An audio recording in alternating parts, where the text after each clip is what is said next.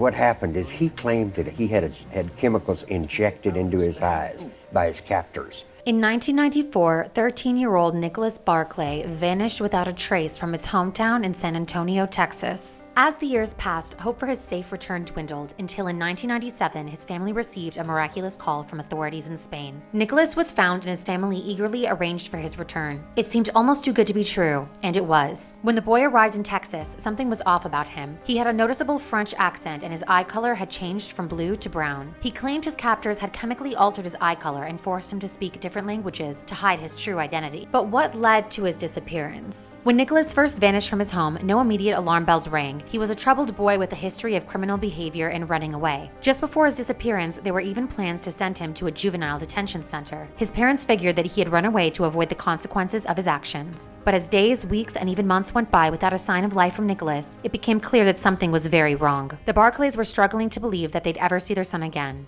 You know you're not gonna find him alive, but you just want to find what happened to him. 3 years after the disappearance, across the ocean, a 16-year-old teenager showed up in a small Spanish village. He refused to speak or reveal his identity. The local authorities searched through missing persons registries until they found a match. The teenager was confirmed to be Nicholas Barclay. And she says, "Are you sitting down? You're not gonna believe this."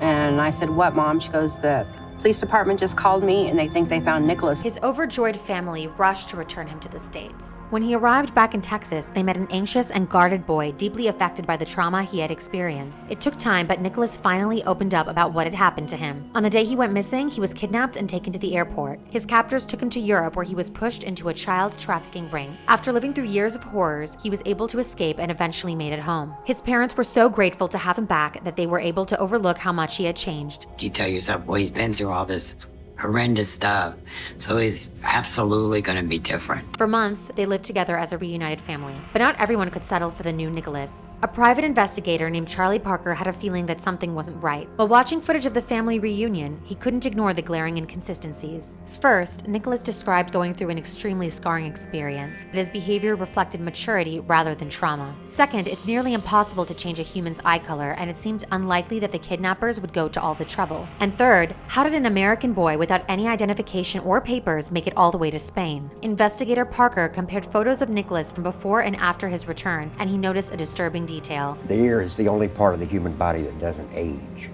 And I knew if I could compare the ears, I could know what I had here.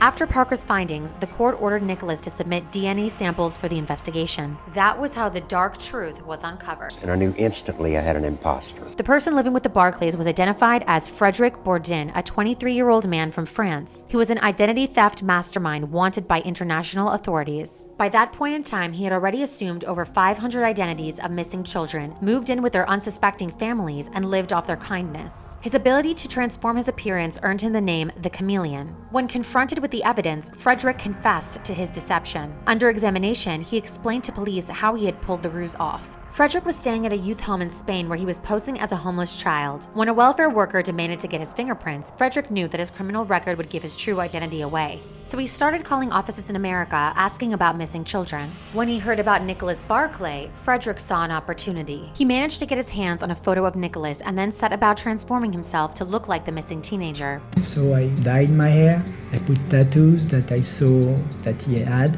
Once the truth came out, people began to wonder, how did the Barclay family, Nicholas's own parents, not recognize that their son was an imposter? Frederic was arrested and extradited to France, where he was sentenced to 6 years in jail. But before he was locked up, he himself cast suspicion on the family. He was certain that they knew he was an imposter all along. He believed they used his return as a cover for the fact that they had murdered their troublesome son. Even investigator Parker believes that Frederic was onto something. When the FBI looked into the family, they uncovered some uncomfortable details. His older brother Jason was one of the first suspects in his disappearance. Jason passed away in 1998, so any connection he may have had to Nicholas's disappearance died with him. What about Nicholas himself? Some speculate that he may have been a runaway and that he's alive and well somewhere. Others believe that he may have met a tragic end. To this day, the case remains one of America's most perplexing unsolved mysteries.